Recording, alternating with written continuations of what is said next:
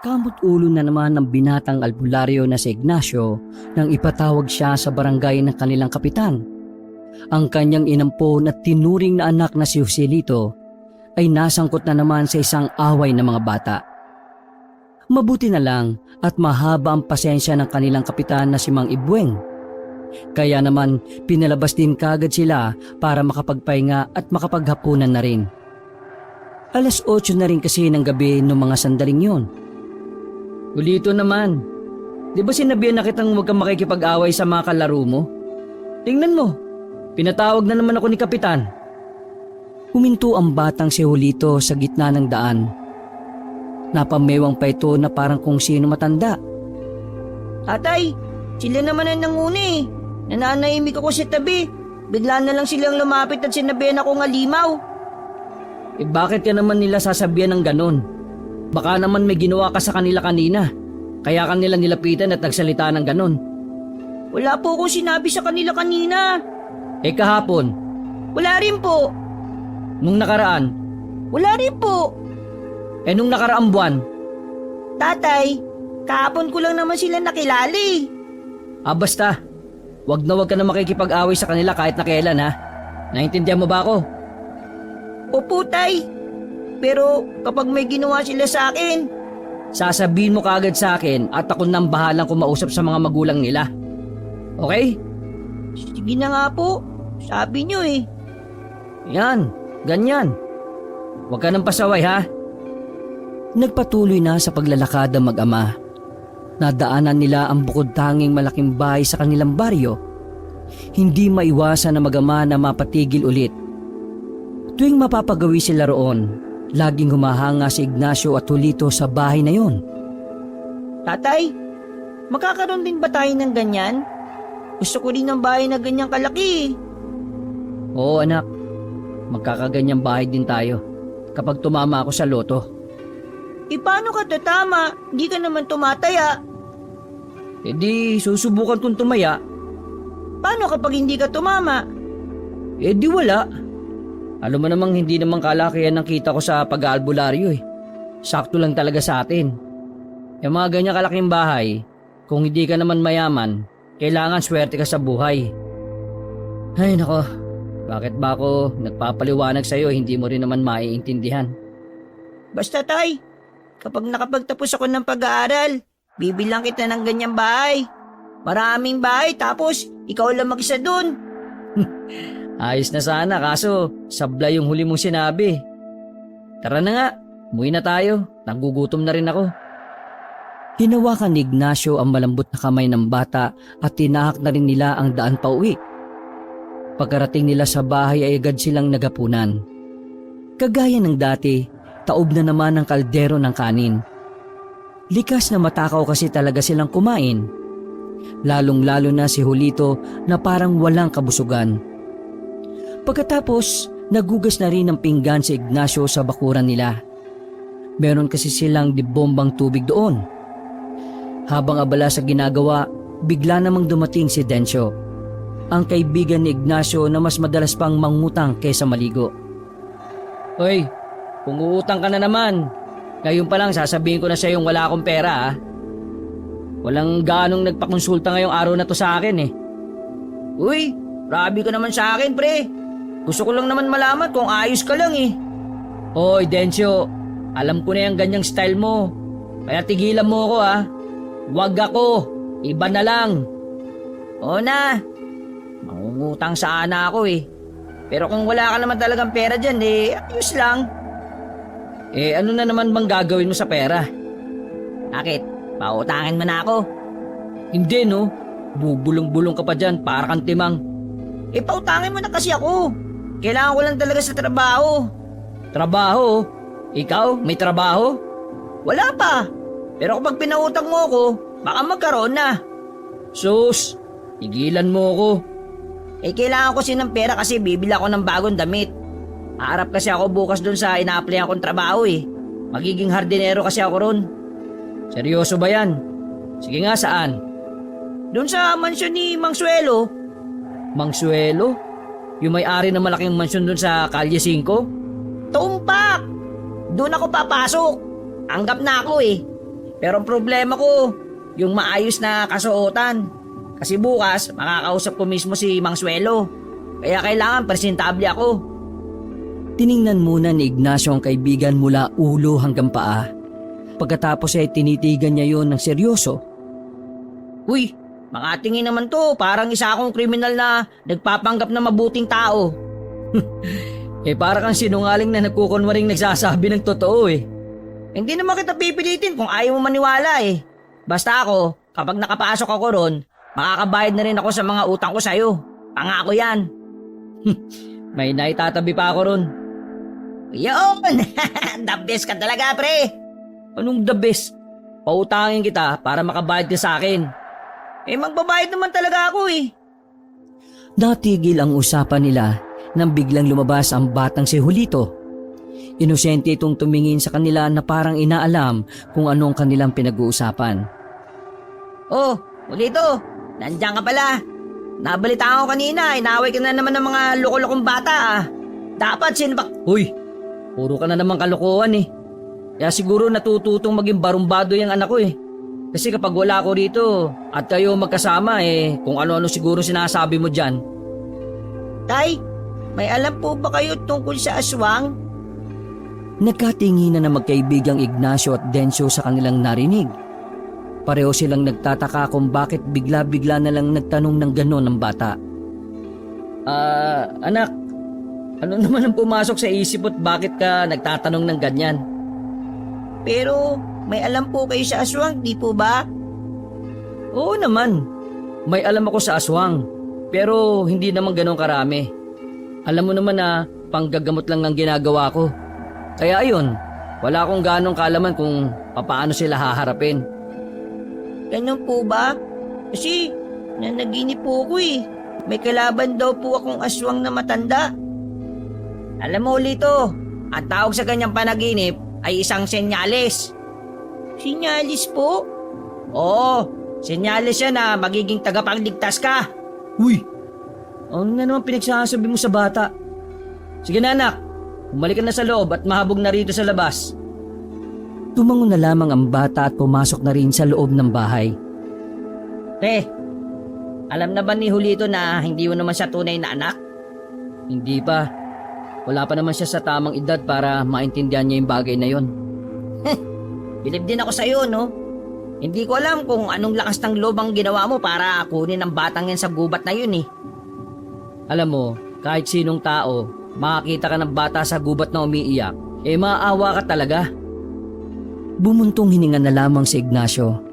Hindi niya rin kasi nakala na 8 taon na rin pala ang nakalipas mula nang ampunin nito si Julito. Ganun na rin katagal niyang sinusubukang malaman kung sino ang mga magulang ng bata. Pero hanggang sa puntong yon ay hindi pa rin niya nalalaman. Basta isa lang ang alam ko. Kadugo ko man siya o hindi, tinuring ko pa rin siyang tunay na anak. Alam mo, sa ganyang ugali mo, pagpapalain ka talaga ni Lord eh. Sus, ginamit mo na naman ng Diyos para mambola. Hintayin mo na lang ako rito, kukunin ko yung pera. Sandaling pumasok ang lalaki sa loob ng kanilang bahay. Pagbalik niya sa kaibigan ay binigay na nito ang pera. Parang timang na sobrang saya ni Dencio nung oras na yon. Sumasayaw-sayaw pa ito at sumisipol-sipol nang umalis. Sira ulo talaga to. Di man lang nagpasalamat ah. Kinabukasan, 6:00 pa lang ng umaga ay nambulabog na si Dencio sa bahay ni Ignacio. Bihis na bihis ang lalaki. Hindi yun umalis sa harap ng salamin para tingnan ang sarili. Maging ang batang si Julito ay napapailing na lang sa ginagawa ni Dencio. Uy, kanina ka pa dyan sa harap ng salamin. Hindi ka ba aalis? Maaga pa eh. 7:00 pa kami makikita ni Mang Suelo. Tito Dencio, ang gwapo niyo po ngayon ah. Yan ang gusto ko sa'yo, Lito. Bale, bibilang kita lang gusto mo sa unang sahod ko. Sus, suhulan mo na naman ang bata. Pero, ngayon lang po yun ah. Diyos ko, ikaw talaga mapagbiro. Pero, good luck din sa papasukan mong trabaho ha. Pagbutihan mo, minsan lang dumating ang ganyang oportunidad. Seryosohin ko na to, pre. Gusto ko nang magpamilya eh. Oh, Ulito, nakita mo naman, magiging abala na ang Tito Densyo mo. Kaya madalas ka nang makakasama sa mga lakad ko. Hindi naman kita pwedeng iwan dito. Kaya huwag kang makulit ha. Hindi naman po ako makulit, tatay eh. Masaya po kung isasama niyo ako palagi. Gusto ko kasi makakita ng aswang, tay eh. Napatigil sa pag-ayos ng necktie si Densyo at napahinto rin sa paglagok ng kape si Ignacio. Ramdam ko po kasi kapag nakita ko ng aswang, magiging masaya po ako. Anak, hindi natin alam kung may mga aswang pa sa panahong to. Noon oo, meron. Pero ngayon, wala na yata eh. Tsaka kung meron man, hindi mo dapat pinapangarap na makakita ng ganong nilalang. Nakakatakot sila anak, mapanganib. Tama ang tatay mo. Dapat ang pinapangarap mo lang makita, babaeng sex... Hindi na naituloy ni Densyo ang sasabihin nang batuhin na ito ni Ignacio ng tinik ng isda. Uy, umalis ka na nga, bilis! Puro katarantado ang tinuturo mo sa bata. Alis na, shoo! Shoo! Parang asong tinaboy ni Ignacio ang kanyang kaibigan palabas ng bahay. Isinarado niya ang pinto at malalim na paghinga na lamang ang kanyang nagawa. Ikaw, huwag ka masyadong nakikinig dyan sa Tito Densyo mo ha. Sira ulo yun. O sige na, kumain ka na't mamaya aalis tayo. May nagpapahilot at magpapagamot sa akin sa kabila eh. Pinagpatuloy nila ang pagkain at si Densyo naman ay umalis na rin sa kanilang bakuran. Pagkatapos ay binihisan na ni Ignacio ang batang si Julito para maganda sa kanilang lakad. Dakong 8:00 na ng umaga nang umalis sila. Habang naglalakad sa daan, malayo pa lang ay tanaw na nila ng maraming tao sa tapat ng malaking bahay. Ang bahay kung saan nakatira ang magiging amo ni Densyo na si Mang Suelo.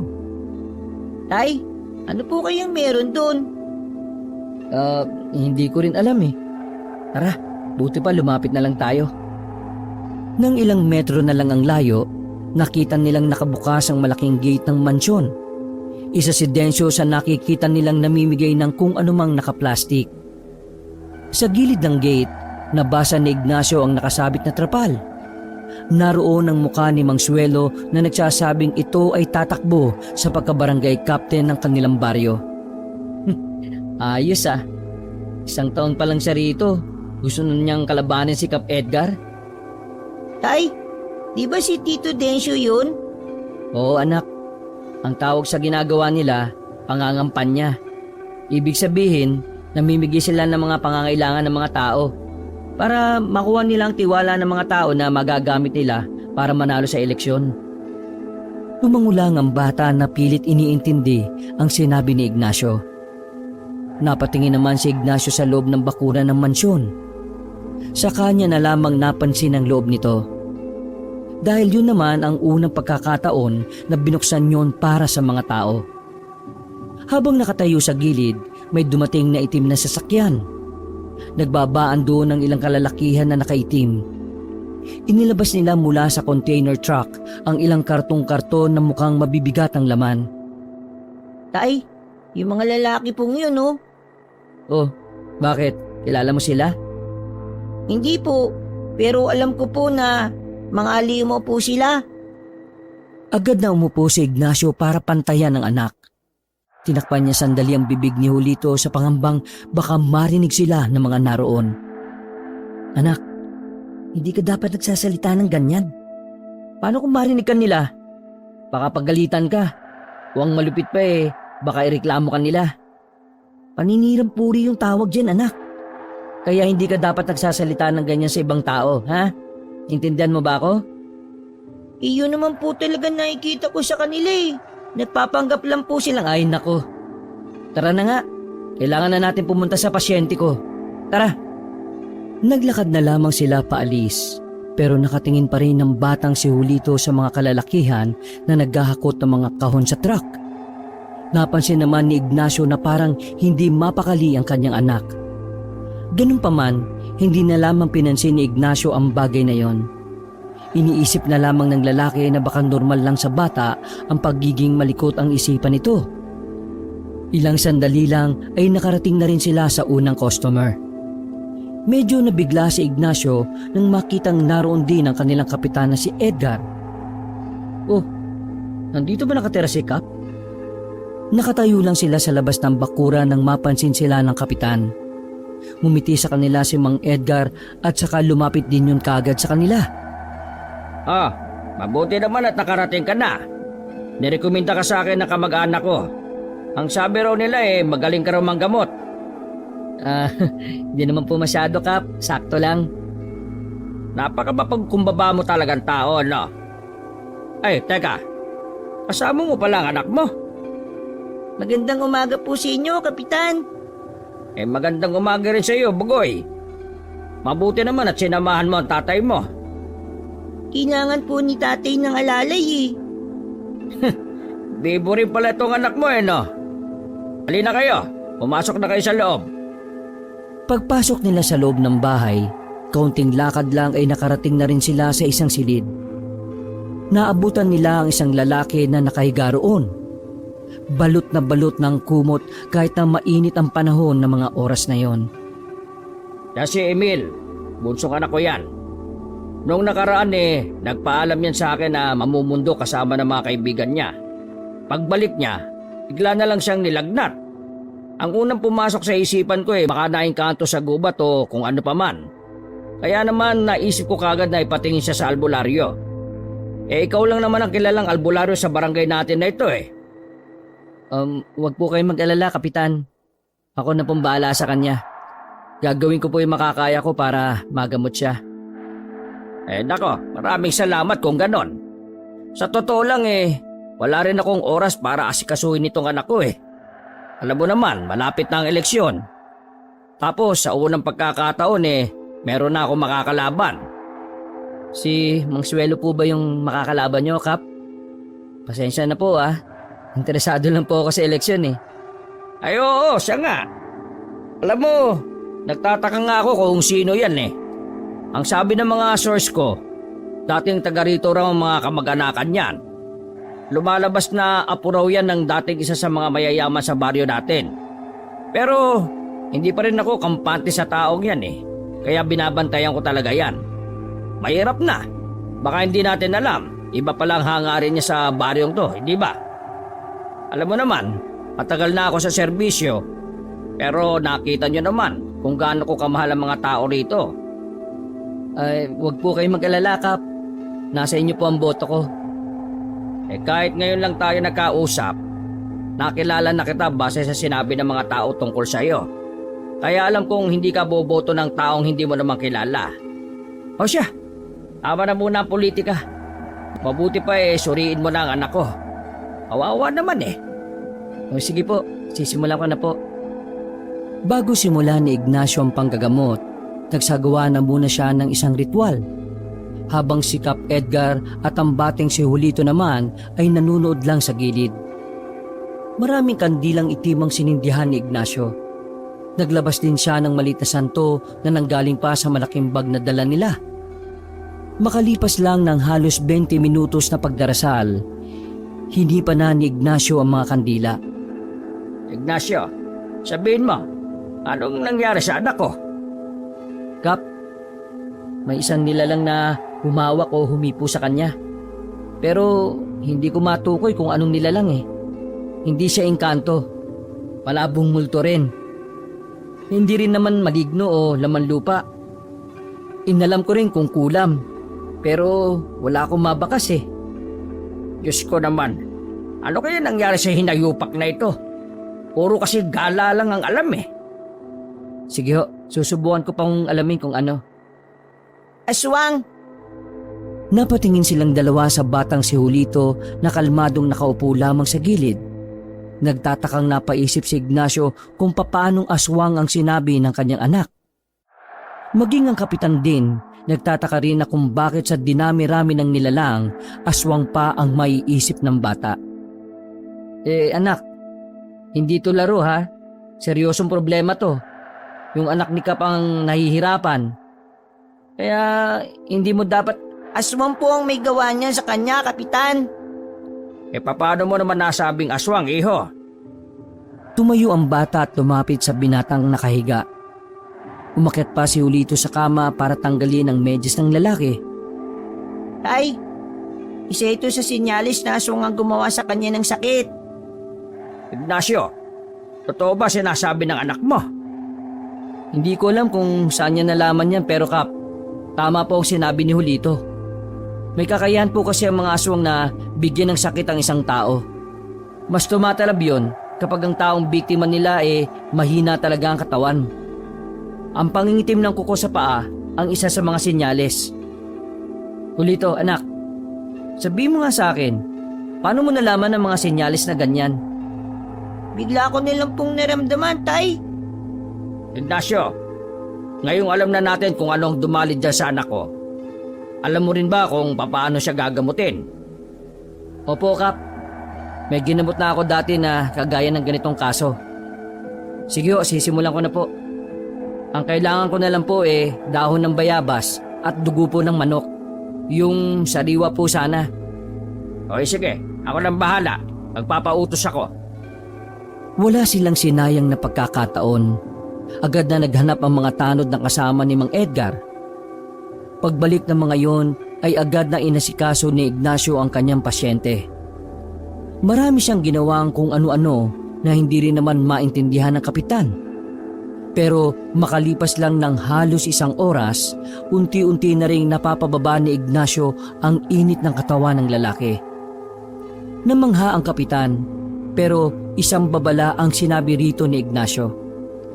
Kap, magiging maayos na po siya. Pero Kap, napapaisip ako Kung aswang ang gumawa nito sa kanya, ibig sabihin lang nito, may aswang din sa baryo natin o sa kalapit na gubat. Huwag niyo na po siyang palalayuin Ngayong naisa na siya ng aswang, pwede pa po itong maulit. Sino ba si Raulong aswang na yan? Bakit sa dami ng tao itong anak ko pa ang natipuhan niya? Napailing na lamang si Kap Edgar nung mga sandaling yon. Maging si Ignacio ay bumuntong hininga na lang din. Maya-maya lang, nagpaalam na rin si Ignacio nang magkaroon na ng malay ang anak ng kapitan. Dahil galante ang kapitan, malaki-laki ang ibinayad nito kay Ignacio. Ignacio, tatawagan kita ulit sa oras na may mangyari sa anak ko, ha? Wala pong problema sa akin. Sige po. Paano? Mauna na ho kami, Kap. Teka, sandali. Dahil sa batang ito, kaya gumaling ang anak ko Kaya nararapat lang na mabigyan din siya ng parangal. Ulito, eto, tanggapin mo itong 100 piso. Naku, maraming salamat po, Kap. Tuwang-tuwa ang batang si Julito nang maglakad na sila palayo. Pero si Ignacio ay kung ano-ano na lang ang naglalaro sa isipan niya. Hindi pa rin mawala sa kanyang isipan kung papaanong nagawa ni Julito na malaman na aswang ang dumali sa anak ng kapitan. Sa isip-isip ni Ignacio, baka unti-unting natututo ang bata sa pagiging albularyo. Sa tagal ba naman kasing nakikita ni Julito ang kanyang trabaho, para sa kanya hindi malabong magaya na rin ng bata ang kanyang mga gawain. Pero sa kabilang banda, hindi rin mapigilan ni Ignacio na isipin na baka may kakaiba nga sa bata. Noon pa bang kasi, nakita na niya ng pagiging espesyal si Julito. May mga ginagawa itong hindi dapat ginagawa ng isang normal na bata. Gaya na lamang ng paglubog sa tubig ng sobrang tagal. Tay, malalim po ang iniisip niyo Ayos lang po ba kayo? Ayos lang naman ako, anak. Napagod lang siguro ako. Hindi na po natin pupuntahan yung iba pang mga magpapagamot. Hindi na muna. Bukas na lang. Gusto kong magpahinga na muna Isang mahabang katahimikan sa pagitan ng mag-ama habang sila ay naglalakad.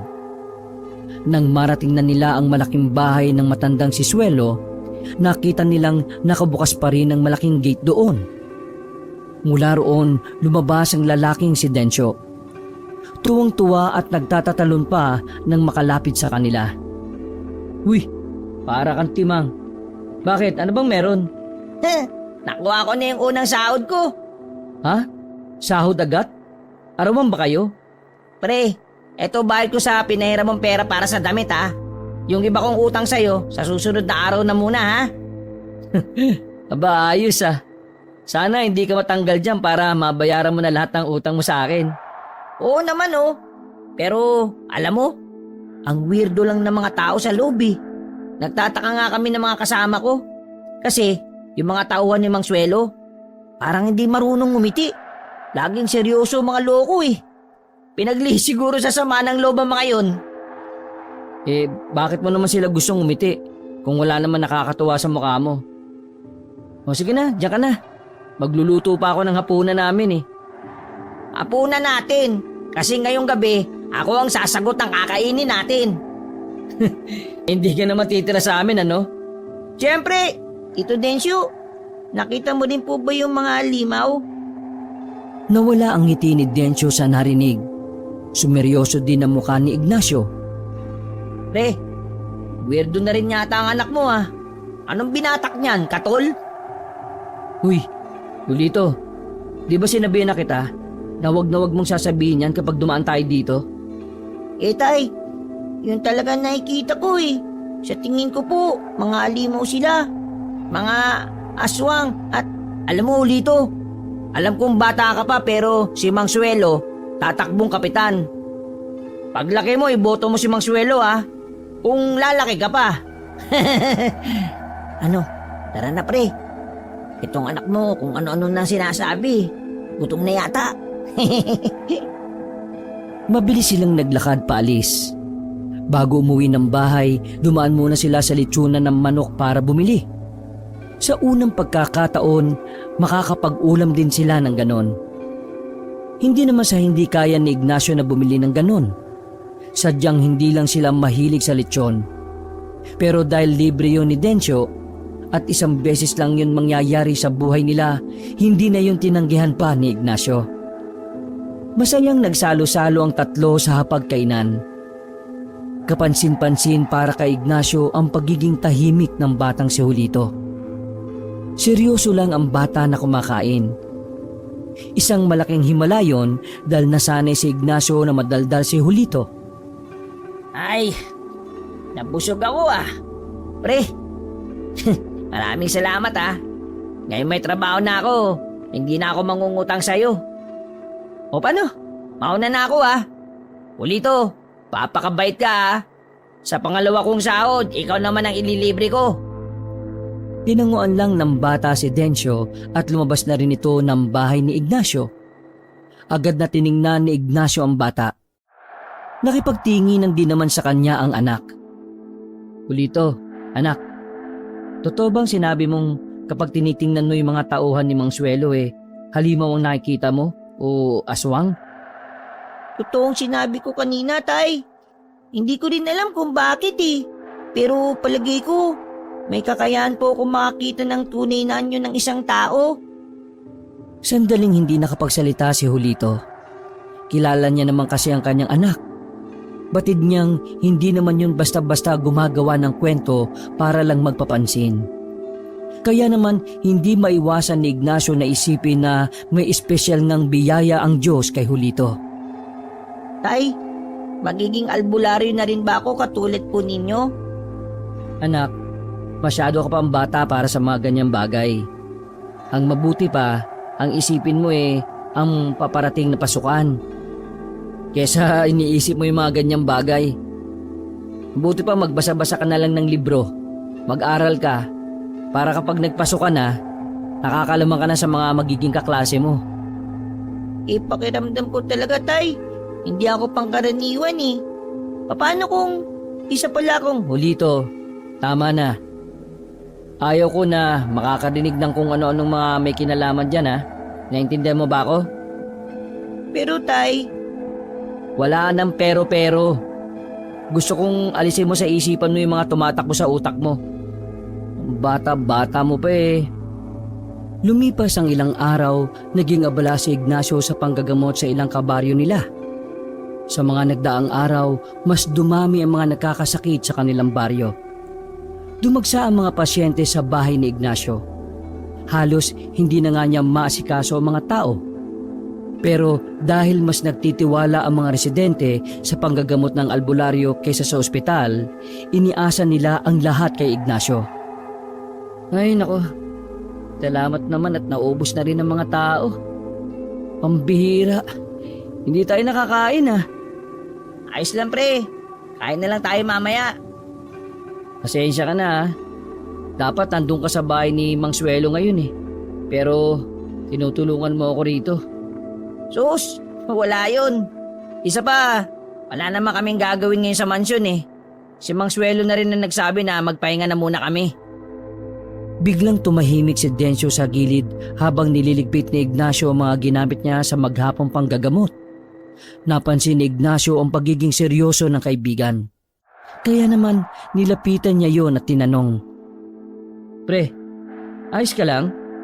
Sumama ba pakiramdam mo sa maghapon na pag-aalalay sa akin?" Hindi pre. "Uy, anong problema?" Kumamot sa ulo si Dencio at saka nagsalita. Kahapon pag gumugulo sa isipan ko yung sinabi ni Julito nung nakaraan eh.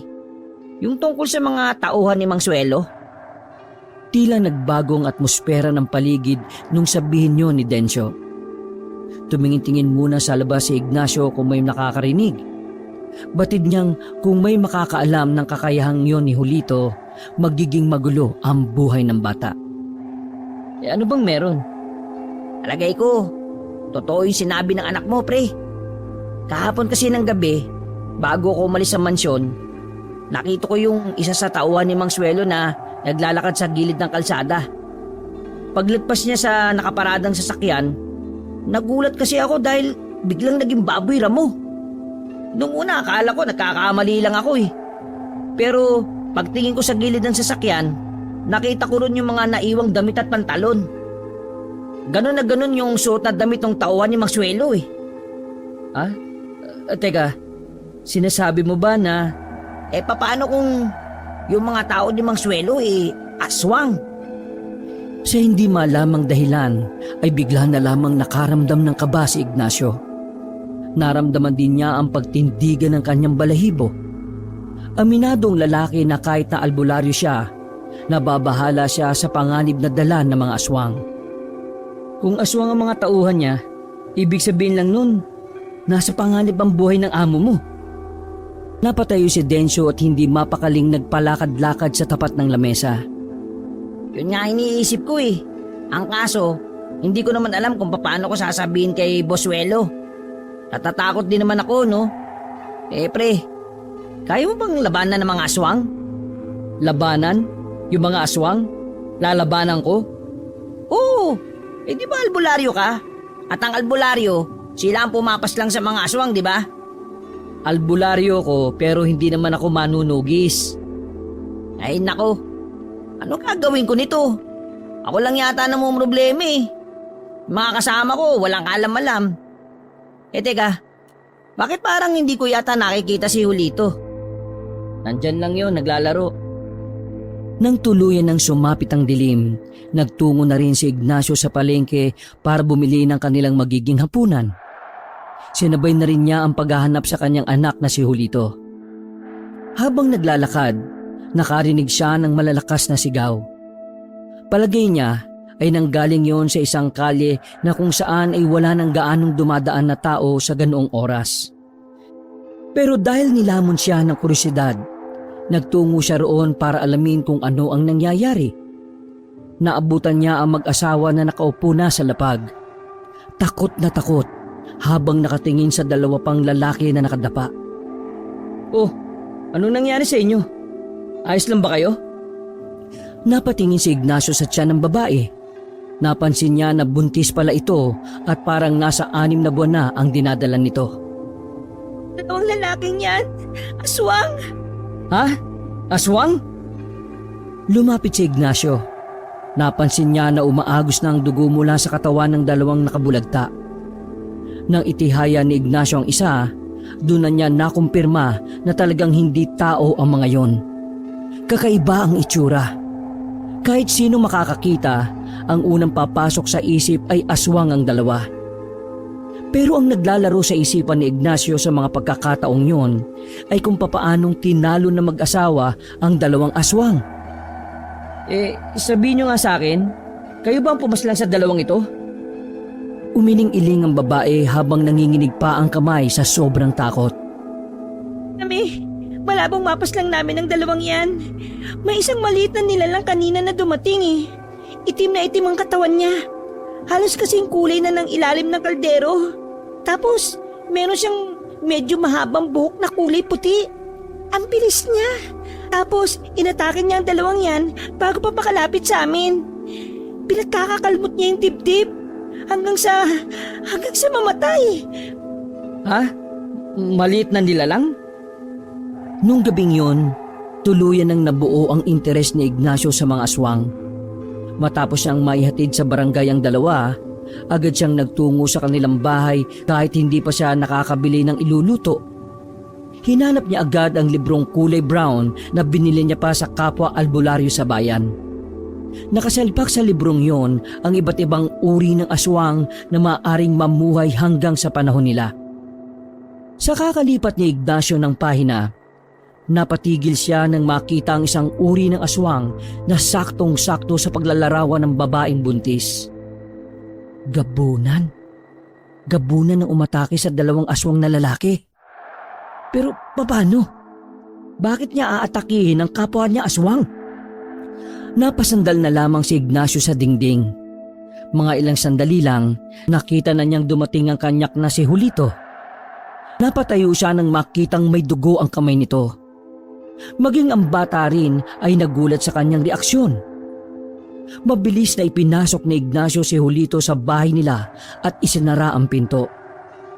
Anak, may nakakita ba sa'yo? Natatarantang pinunasan ni Ignacio ng basahan ng kamay ni Julito. Umiiling-iling naman ito bilang tugon sa tanong ng ama. Diyos ko naman, ano ba nangyari? Bakit ka may dugo ng ganyan, anak? Sabihin mo nga sa akin ng totoo. Tay, nakita ko mga aswang eh. Tatlo sila. Tama, tatlo. Inatake nila yung mag-asawa po. Buntis po yung babae, tay. Nasaksihan mo yung mga nangyari? Bakit ka may dugo?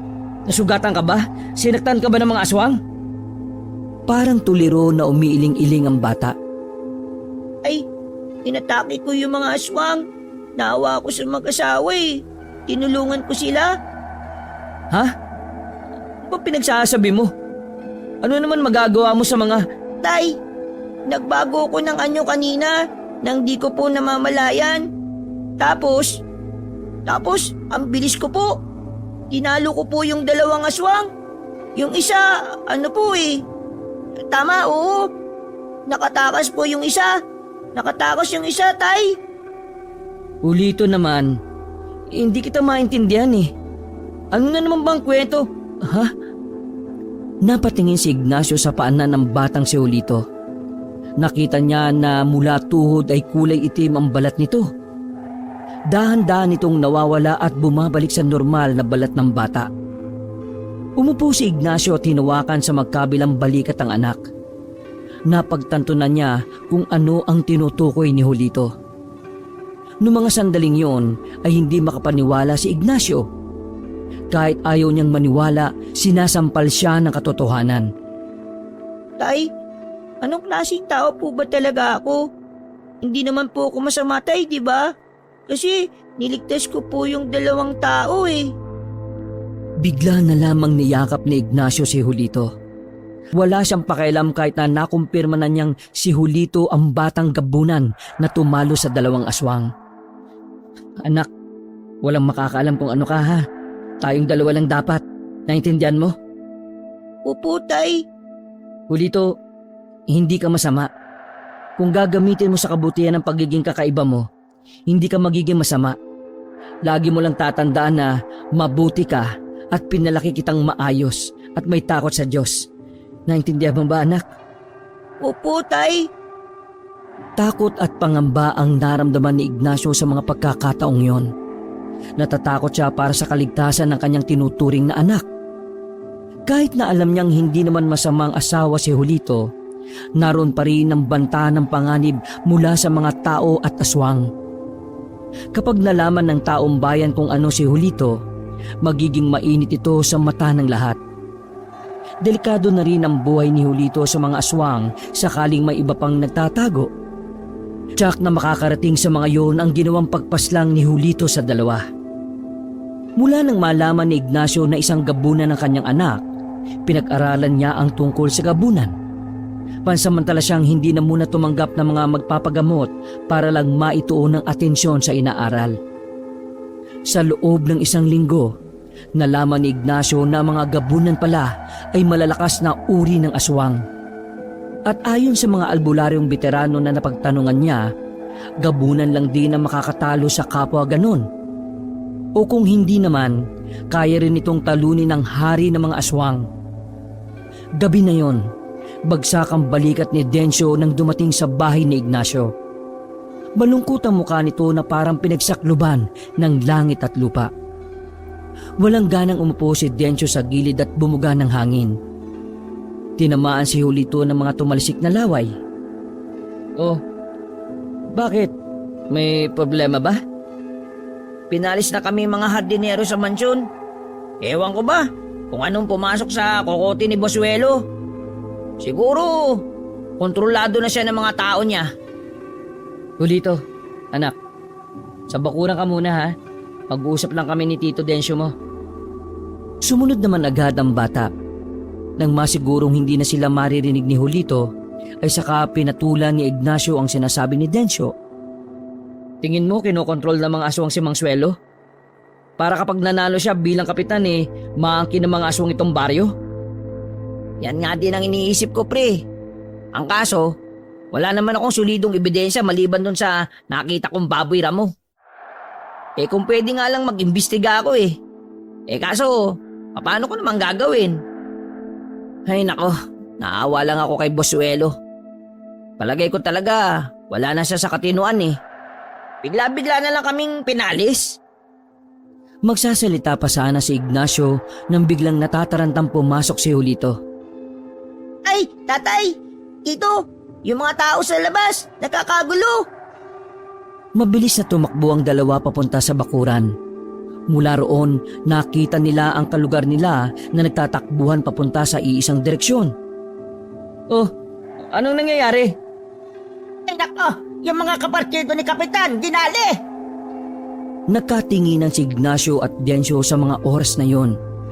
Anak, dito ka lang sa bahay Kahit na anong mangyari, wag kang lalabas ng bahay, naintindihan mo ba ako? Umuulang ang bata sa kanya. Walang ano-ano, lumabas na rin ang magkaibigan. Nagmamadaling pinuntahan nila ang pinangyarihan ng gulo. Pagdating nila sa kumpulan ng mga tao, nakita nila sa isang bakuran ng kagawad nila. Nakabulagta na ang lahat ng kagawad na kapartido ni Cap Edgar. Ang mga yun ay nakabukas sa mga tiyan o dibdib. Nagkalat sa sahig ang mga natirang laman loob nito. Ang sabi ni Kumaring Sara, mga aswang daw ang umatake kina kagawad. Nako, si Kapitan! Nakita ko kanina si Kapitan sa barangay, kasama ng dalawa niyang alalay Kailangan natin puntahan si Kapitan. Nagmamadaling tumakbo ang magkaibigan patungo sa barangay. Pagdating nila roon ay nakita nilang patay na ang ilaw sa loob ng barangay. Tanging ang ilaw lamang sa bakuran ang nananatiling nakabukas. Paghakbang pa lang nila papasok, bumungad ang dalawang lalaki na nakabulagta sa gilid ng mga lamesa. Unang tingin pa lang, alam na nilang patay na ang mga yon. Dahil sa kaba, dinampot ng magkaibigan na nakasandal na 2x2 sa gilid. Kapitan Edgar! Ako ito, si Ignacio! Nandiyan ba kayo sa loob? Matapos ang ilang minuto, lumabas ang kapitan mula sa loob ng barangay. Natataranta itong lumapit sa kanila. Bakit ba kayo nagpunta rito? Delikado! Nasa paligid pa rin ang aswang! Halika kayo rito! Hinila ni Cap Edgar ang dalawa papasok. Nagtago sila sa opisina ni Cap Edgar at isinerado ng maigi ang pinto. Pero mga ilang sandali lamang, nabahala sila nang may sumisira na ng pintuan sa labas. Inaalog-alog yon. Sa kasamaang palad, tuluyang nawasak ng mga aswang ang pintuan. Nagsiksikan silang tatlo sa pader nang pumasok ang 4 na aswang. Dahil sa liwanag na nagmumula sa bintana, kita nilang iba ang anyo ng mga yon. Ano kailangan nyo sa akin? Papaslangin niyo ako para mawala ng kapitan ng baryong ito! Wala silang natanggap na sagot. Sa halip, lumusob ang isang aswang papunta sa kanila. Laking gulat na lamang nila nang biglang mabasag ang salamin. Mula sa labas, pumasok ang isang maliit na nilalang. Sinangga nito ang pag-atake ng aswang. Hindi sila makapaniwala kung papaanong binalibag ng maliit na nilalang na yon ang mga halimaw. Nang lumusob din ang dalawa, mabilis na nakailag ang estranghero. Sa isang iglap lang, napatay noon ng 3 aswang nang walang kahirap-hirap. Sa oras na yon, batid ni Ignacio na si Julito ang nilalang na yon.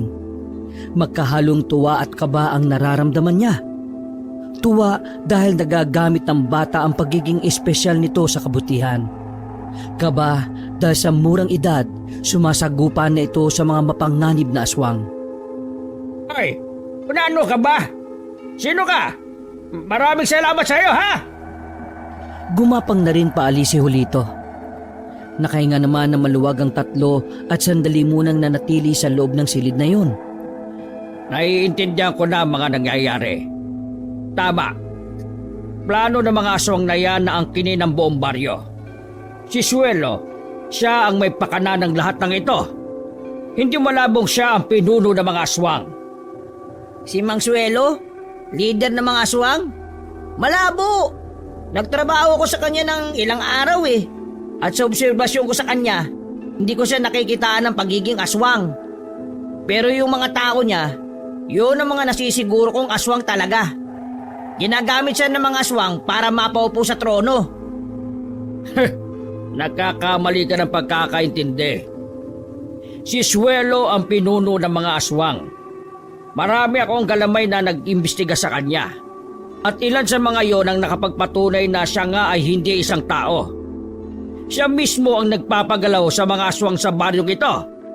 At ang dahilan kung bakit niya gustong kunin ang baryo. Tumayo si Kap Edgar at saka tumapat sa bintana. Ay dahil ang baryong ito ay orihinal na pagmamay-ari ng mga aswang noong panahon pa ng Kastila. Teka, saan mo naman nalaman ng mga yan, Kap? Sa pinakamatinding miyembro ng pamilya namin. Maging ako rin naman hindi rin makapaniwala. Pero na magsagawa rin ako ng sariling pagsasaliksik. Doon ko na nakumpirma na ang lahat ng detalyeng nakalap ko ay konektado sa isa't isa. Kaya naman, maghahanda tayo. Magkakaroon ng kaguluhan sa baryong ito. Pero hindi tayo papayag na ibibigay natin sa kanila ang baryong sinilangan nating lahat. Kahit na papaano ay nagkaroon ng lakas ng loob ang magkaibigang Ignacio at Dencio. Bumuntong hininga na lamang si Ignacio. Naiinis siya sa kanyang sarili dahil wala siyang magawa. Sinisisi niya ang sarili kung bakit mas pinili niyang ituon ang buhay sa panggagamot. Kung noon pa sana niya pinag-aralan ng tungkol sa mga aswang, baka isa siya sa mga makakatulong sa taong bayan. Dencio, ikaw na munang bahala kay Kap ha. Kailangan kong balikan si Julito. Sige. Nagmamadaling tumakbo si Ignacio palabas ng barangay. Sa daan, marami siyang taong nakakasalubong. Dahil sa sunod-sunod na pagpapakita ng mga aswang, halos lahat ay naaalarma. Naglabasa ng mga residente sa kani-kanilang bahay. Nasaan na kaya si Julito ngayon? Tigas ng ulo. Ang sabi ko, wag aalis ng bahay. Kainis. Hinanap niya si Julito sa kung saan-saan dahil alam niyang wala yun sa bahay nila. Sa kanyang paghahanap, hindi niya inaasahang malalagay sa panganib ang kanyang buhay. Napadaan siya sa harapan ng isang bahay. Sa bakuran, may nakita siyang 2 aswang na nakatayo sa harapan ng pinto. Dali-daling nagtago si Ignacio sa likuran ng mga halamanan. Mabilis ang paghinga niya nang dahil sa kakaibang kaba na lumalamon sa kanya. Pagsilip niya, halos atakihin siya sa puso nang dakmain siya ng aswang sa ulo. Sinubukan niya pang kumalas, pero nahawakan naman siya ng isa pang aswang sa damit. Nakaisip ng paraan si Ignacio. Tinusok niya ang mata ng isang aswang gamit ang kanyang daliri. Binayagan naman niya ang isa na naging dahilan para mabitiwan siya nito. Tatakbo na sana siya paalis. Ang kaso nga lang, bigla na lang may humarang pang isang aswang sa likuran niya. Napapalibutan na siya ng 3 aswang na naglalaway sa laman loob niya. Isa akong albularyo. Subukan niyo lumapit sa akin. Papatayin ko kayo. Ano? Pinakita niya pa ang suot-suot na kwintas para kunwari meron siyang daladalang anting-anting. Pero parang alam ng mga aswang na wala namang silbi ang kwintas na yon. Kaya naman lalo lang umangil ang mga yon. Pero bago pa makalapit sa kanya mga yon, dumating ang batang si Julito. Mahaba ang buhok nitong kulay puti rin. Julito? Anak? Halos hindi na niya makilala ang bata dahil sa sobrang itim ng balat nito. Papa, ako na pong bahala dyan. Nagkakatinginan ng mga aswang. Bumakas sa mukha ng mga nilalang na yon ang kakaibang takot. Alam ng mga aswang na yon kung gaano kapanghanib ang gabunan. Tatakas pa sana ng 3 aswang pero walang awang pinaslang yun ni Julito. Gamit ang mahahabang kuko, pinagkakakalmot niya ang mga yon. Pinagbababali niya rin ang liig para siguradong wala nang mabubuhay sa mga yon. Hindi tumagal ng 1 minuto, nakabagsak na ang 3 aswang. Anak, paano mo? Tay, nalaman ko sa aswang na nakalaban ko kanina. Isa raw akong gabunan. At ang gabunan daw po ay malakas. Ibig sabihin, may kakayahan po akong mapigil ang kasamaan ng mga aswang at si Mang Suelo. Bakit? Aswang din ba si Mang Suelo? Tinanong ko kanina ang ibang aswang. Bago sila pumanaw, sinabi nila na si Mang Suelo daw ang nag-utos sa kanila eh. Pero tay, nakita ko po si Mang Suelo. Hindi gaya ng mga tauhan niya, normal lang ang tingin ko sa kanya. Palagay ko po, espesyal din siya gaya ko. Isa rin siyang gabunan? Yun po ang hindi ko alam. Pero tay, umuwi ka muna sa atin. Uwi na rin po ako dahil napaslang ko na po yung mga gumagalang aswang eh. Uy, sandali lang. Uy! Nagmamadaling gumapang at tumalon-talon sa bubungan ng bahay ang bata. Wala nang nagawa pa si Ignacio kundi ang umuwi na lang din sa kanila. Pagdating niya sa kanilang bahay, naroon na rin si Julito. Nakapaghugas na yun ng kamay at nakapagpalit na rin ng suot. Sinunog na rin ng bata sa dramang sando at short nitong punong-puno ng dugo ng mga aswang. Buti naman at nakauwi ka na. Teka, nasaktan ka ba anak? May galos ka ba? Saan ang masakit? Tay, ayos lang po ko. Wala po akong kahit na anong galos. Hindi nga po ako nahirapan sa kanila eh.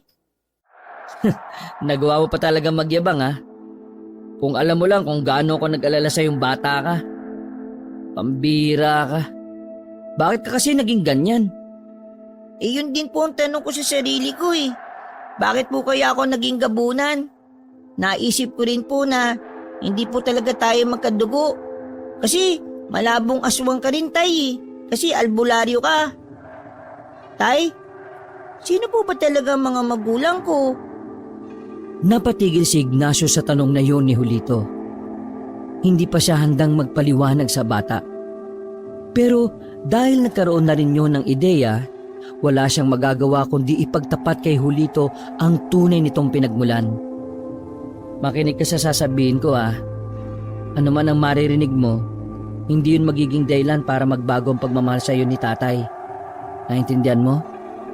Opo, tay. Anak, totoong hindi tayo tunay na mag-ama.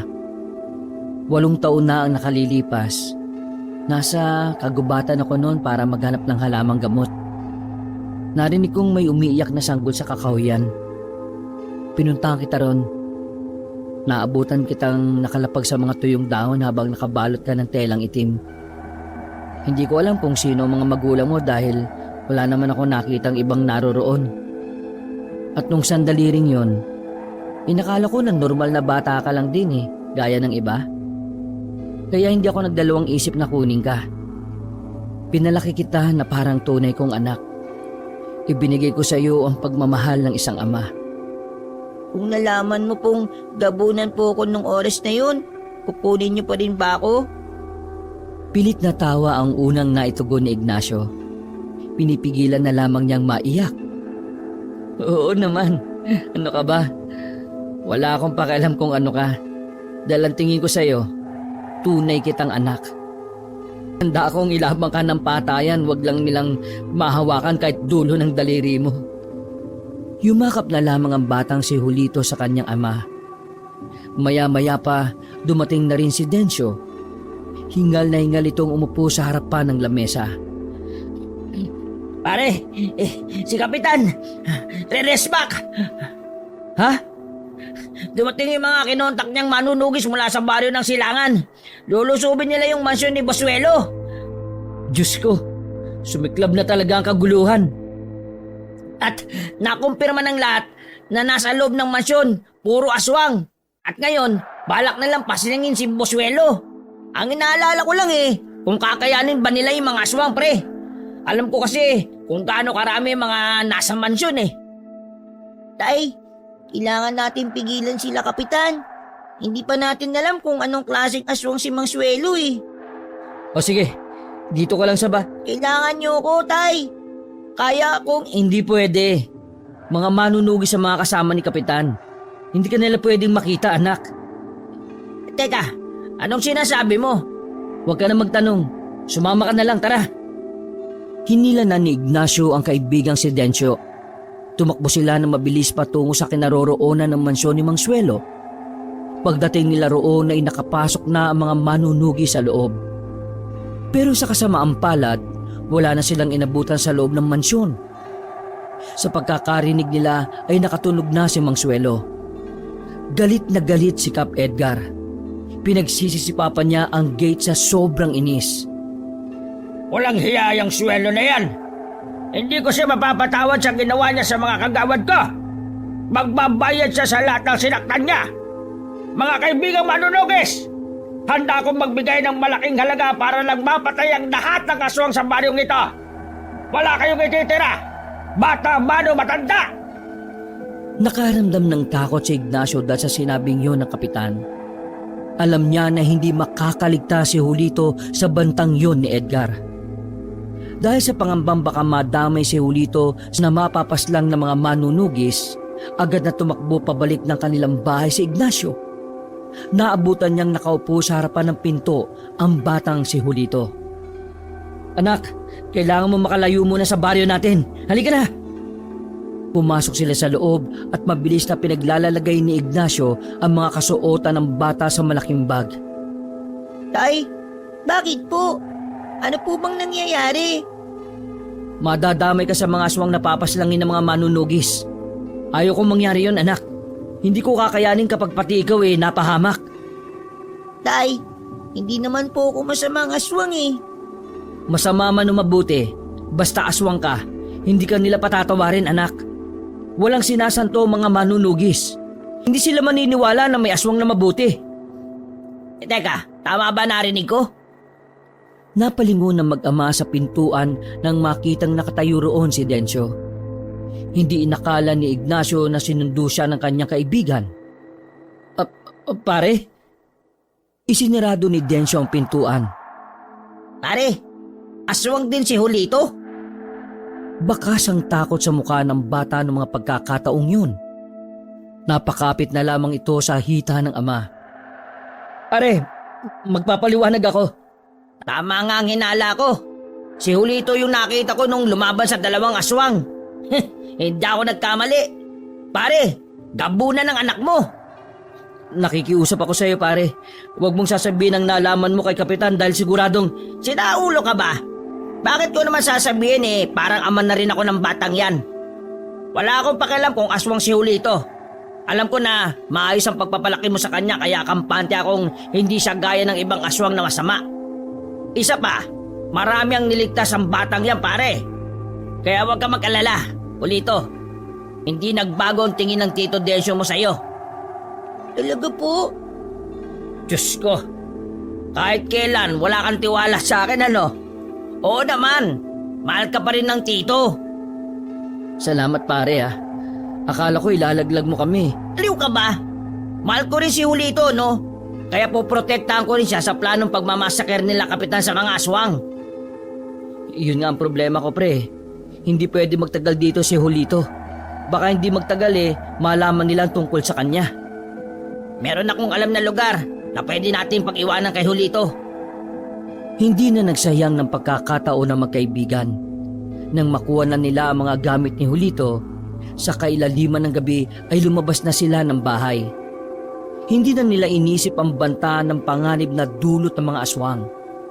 Mas inisip na nila ang posibilidad na maghihinala sa kanila ang mga gumagalang manunugis. Matagumpay na nakarating ang tatlo sa lugar kung saan pansamantalang iiwan nila ang batang si Julito. Wala silang choice kundi ibilin muna ang bata sa lola ni Dencio. Pagkatok nila sa pintuan, bumukas agad yun at bumungad sa kanila ang matandang babae na puti na ang buhok. Agad itong napatingin sa apong si Dencio. Dencio, napadalaw ka. Lola, may hingin sana akong pabor sa inyo teka, sino ba itong dalawang ito? Huwag mo sabihing nag-anak ka na at nag-uwi ka ng bata rito. Paano kayong magkakanak pareho kayong lalaki? Lola naman, hindi ko naman anak ng batang to Anak siya ng kaibigan ko. Iiwan muna sana namin sa inyo. May kailangan lang kaming asikasuhin na mahalagang bagay Ha? Mahabang bangkay? Matangkad yung bangkay na asikasuhin nyo? Bakit? Imbalsamador ba kayo? Mahalagang bagay. Iiwan muna namin dito yung bata at kayo muna ang magbabantay. Babalik kami bukas ng umaga kapag makakabiyahe na kami palabas ng baryo natin. Itong batang ito pala iiwan nyo sa akin. Sigurado ba kayo na magpapaiwan yan dito? Sa akin walang problema. Kasi malakas ka sa akin, Dencio. Ang inaalala ko lang, baka umiyak ang batang yan. Lola, hindi po ako iiyak. Tahimik lang po ako. Aba, mabait naman pala ang batang ito. Mukha din po kayo mabait. Aba, at bolero pa Lola, ako po ang ama ng batang yan. Gusto ko lang pong magpasalamat sa inyo. Pasensya na rin po sa istorbo. Tinorbo? Anong tinorbo? Sinong tinorbo? Ang sabi niya, pasensya na sa istorbo. Hay! Huwag mo ako sigawan, hindi ako bingi. Huminga ng malalim ang matanda. Kinuha na nito ang bata pati ang mga gamit nito. Sige na. Kung ano man ang lakad ninyo ako na ang bahala sa batang ito. Ngumiti sa kanila ang matanda. Bago pumasok, kumaway pa si Julito sa kanila. Mahilig sa bata yang si Lola. Yung paborito kasi niyang apo, dinala na ng pinsan ko sa Amerika nung nakaraang taon. O tara na, bumalik na tayo. Nakahinga na ng maluwag si Ignacio nung oras na yon. Nasa malayong parte na kasi ng baryo nila si Julito. Kaya kampante siyang hindi makakaabot doon ang mga manunugis. Ang kaso nga lang, pagbalik nila ay nagsimula na pala ang kaguluhan. Nakakagulo na ang mga tao. Nagsisigawan ang mga yon. Pagtingin nila Ignacio sa bubungan, marami ng aswang ang naroon. Kumuha sila ng itak. Tutulong sila sa mga manunugis sa pakikipaglaban. Pero habang nagaganap ang kaguluhan, nakita nila si Mang Suelo na nakatayo lang sa gilid. Kalmado lang yung nanonood. Parang wala lang sa matanda ang nangyayari. Ayun si Suelo! Patayin mo yan! Inuna ng mga manunugis na lapitan si Suelo. Pero laking gulat nila nang bigla na itong magbago ng anyo. Ang matandang nakatungkod ay bigla na lamang kumisig ang katawan. Tumangkad din yun ng bahagya. Nagkaroon din ng isang mahabang sungay sa bandang sentido. Mahaba rin ang kuko at meron pang buntot. Mga kasama, ang ari ng mga aswang! Pagkarinig ni Ignacio noon, otomatikong nagtayuan ang kanyang mga balahibo. Nakikita niya pa lang ang hari ng aswang, alam na niyang mas malakas ito kay Julito. Wala na kayong magagawa! Babawiin ko ng muli ang baryo na dating pagmamay-ari ng mga aswang! Inatake ng hari ng mga aswang ang mga manunugis. Sa sobrang bilis, hindi nagawang makadepensa ng mga yon. Parang papel lang ang mga yon na binabalasan ng aswang. Ganun pa man, hindi pa rin nakitaan ng kaduwagan ng mga manunugis. Kahit na alam nilang tagilid sila sa laban, sumusugod pa rin sila ng sumusugod. Pre, kakaibang aswang to. Walang magawa yung mga manunugis. Si Kapitan! Iligtas natin si Kapitan! Nagmamadaling tumakbo si Ignacio palapit kay Kapitan. Kap! Tumakas na po kayo! Mamamatay kayo! Hindi po natin siya kaya! Hindi! Hindi ko iiwanan ang baryong ito! Hindi ko hahayaan na mapunta ang baryong ito sa kasamaan!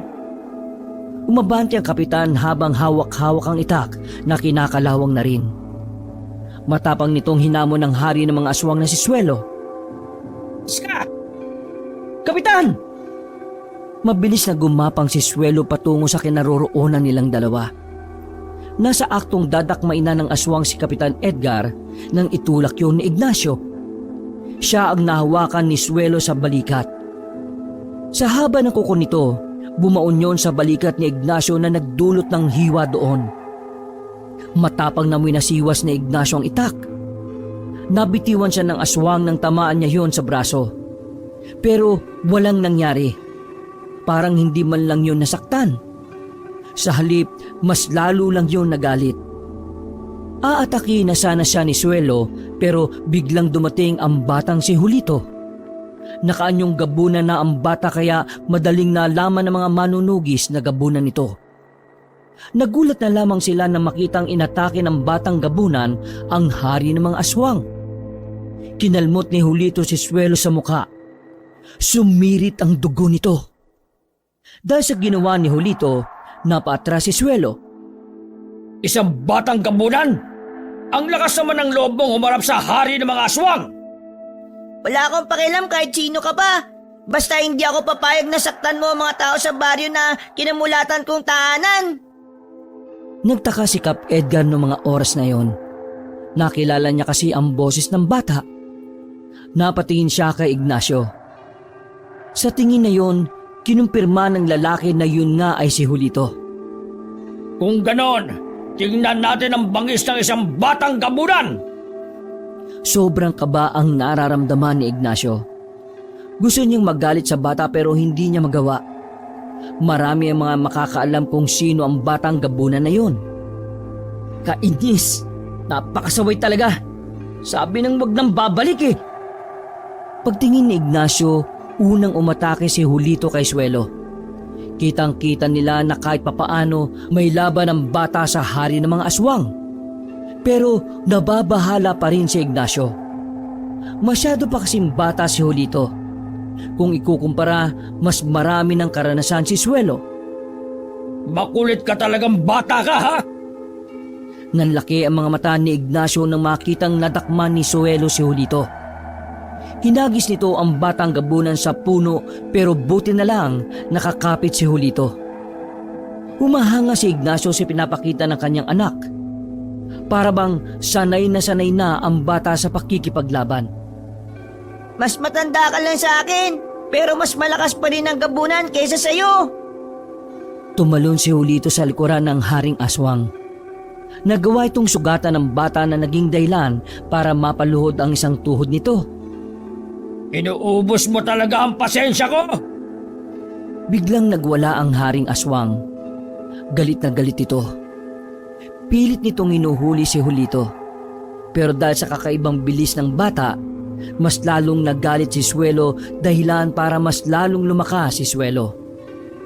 Umiyaw yun ng malakas. Napatakip na lamang sila ng tenga sa sobrang ingay.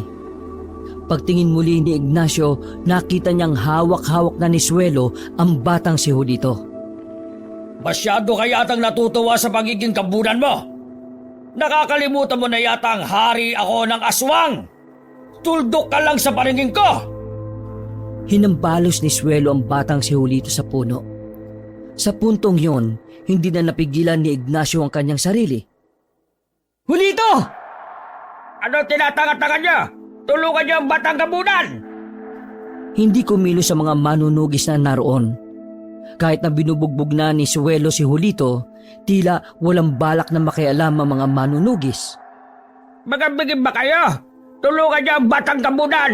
Hindi natin siya kalaban! Wala tayong aasahan sa kanila. Ang pananaw nila, lahat ng aswang ay kalaban nila. Ay nako, mga inutil! Kung hindi tayo kikilos, ako ang kikilos! Inagaw ni Ignacio ang hawak na sibat ng isang manunugis. Pinukol niya yon sa kinaroroonan ni Suelo. Tinamaan ng haring aswang sa hita. Dahilan para mapunta kay Ignacio ang atensyon nito. Dinampot ni Ignacio ang mahabang itak sa sahig at buong tapang itong tumakbo palapit kay Suelo. Tantanan mo ang anak ko! Ako ang harapin mo! Ignacio! Wala nang naririnig si Ignacio sa mga pagkakataong yon. Ang tanging naririnig niya lang ay ang sigaw ng kanyang kalooban na iligtas si Julito. Nang makalapit si Ignacio kay Suelo, walang takot ng tinaga ang aswang na yon. Tinamaan si Suelo sa kamay, pero sinalaglang nito ang ginawa ng lalaki.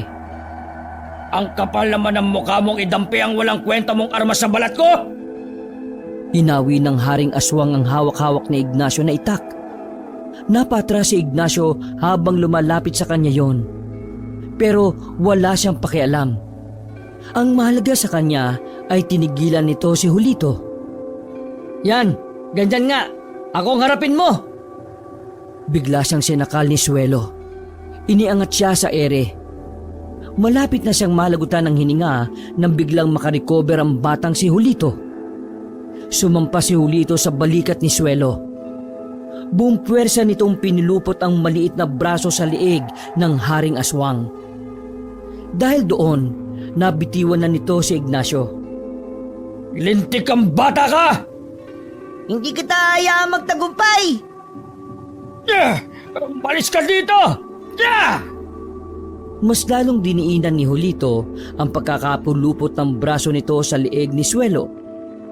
Nang makitang nahihirapan na, ay huminga si Suelo ay saka lamang umalis si Julito doon. Pumunta ito sa harapan. Laking gulat nilang lahat nang itarak ni Julito ang matutulis nitong kuko sa dibdib ng hari ng mga aswang. Agad na sumuka ng dugo si Suelo. Tuluyan na itong bumagsak sa lapag nang dukutin ni Julito ang puso nito. Isang mahabang katahimikan ng namayani matapos ang eksenang yon. Maya-maya, unti-unti na rin bumalik sa dati ang anyo ni Julito. Nang hina ito at saka bumagsak, dali-dali namang nilapitan ni Ignacio ang bata at saka binuhat. Anak! Anak! Gumising ka! Tay, pagod na po ko. Lumapit din sa kanila si Kap Edgar at Dencio. Habang ganun na lamang ang kanilang pagtataka nang palibutan sila ng mga manunugis. Lahat ng tingin ng mga yon ay nasa batang gabunan. Anong ibig sabihin nito? Ha? Mga siraulo ba talaga kayo? Nagbayad na ako ng maayos sa inyo tapos ganito ang gagawin nyo. Gabunan ng batang yan. Isa siyang malakas na uri ng aswang na maaaring maging banta sa buhay ng nakararami. Kaya, ibigay yun na sa amin ng batang yan. Tanga ka ba? Hindi mo ba nakita kung ano ang ginawa ng batang yan para sa banong ito? Mas may silbi pa nga ang batang yan kaysa sa inyo eh. Ano ba mas mahalaga sa inyo? Ang pananaw nyo sa mga aswang o ang katotohanan kaya maging mabuti ng isang aswang na gaya ng ginawa ng anak ko? Hindi ba sa mga aswang ang anak ko? Ako ang nagpalaki sa kanya, kaya kilalang kilala ko siya higit sa lahat. Kaya kung papatayin nyo siya dahil lang iisa ang tingin nyo sa mga aswang, para na rin kayong pumatay ng isang inosenteng bata. Nakatinginan ng mga manunugis. Parang nag-uusap-usap ang mga yon gamit lang ang kanilang tingin. Gawin nyo kung anong gusto nyo, pero hindi ko bibitiwan ang anak ko! Mga ilang sandali lang ay unti-unti na ring ibinaba ng mga manunugis ang kanilang mga armas. Nakahinga na rin ang maluwag si Ignacio noong mga oras na yon. Itinurin pala kayo eh. Sige na, kolektahin ang bangkay ng mga aswang at sunugin. Tagumpay na naubos nilang lahat ang mga aswang. Pero ang pinaka nakapagpasaya kay Ignacio ng mga sandaling yon ay ligtas ang batang si Julito. Bukod pa ron, natanggap din ng mga tao ang pagiging gabunan ng bata. Ganun pa man, batid ni Ignacio na hindi habang buhay ay pwedeng mamuhay si Julito kasama ng mga normal na tao. Kaya sa tulong ng kapitan na si Edgar, lumipat sila ng tirahan na malayo sa mga tao. Mula noon, namuhay na ng simple ang mag-ama. Paminsan-minsan ay pumapasyal naman sila sa baryo at pumunta na rin naman sa kanila si Dencio at Kap Edgar para dumalaw. Tay, hindi ba talaga galit sa akin ng mga tao sa baryo kasi aswang ako? Hinawakan ni Ignacio sa kamay ang bata. Hindi anak, sa katunayan bayani ang tingin nila sa iyo Talaga po? Oo anak, kaya dapat maging masaya ka ha, kasi hinahanap ka na ng lahat.